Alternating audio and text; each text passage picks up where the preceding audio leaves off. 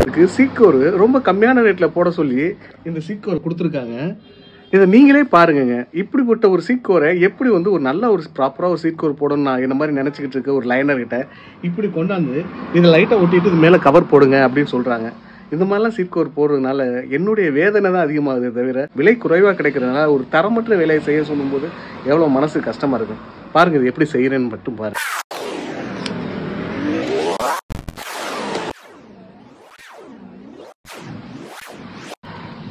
சாதா ரெக்ஸின் போடுறதுனால விலை குறைவாக கிடைக்குதுன்னு நினைக்கிறாங்க நிறைய பேர்.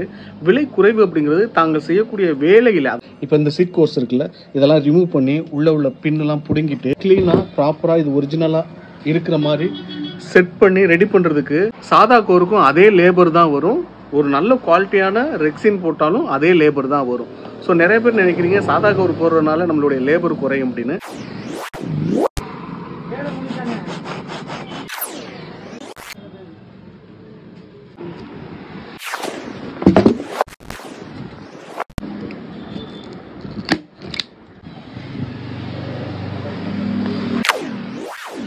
எப்படி இருந்துச்சு? சூப்பராக இருந்துச்சுல.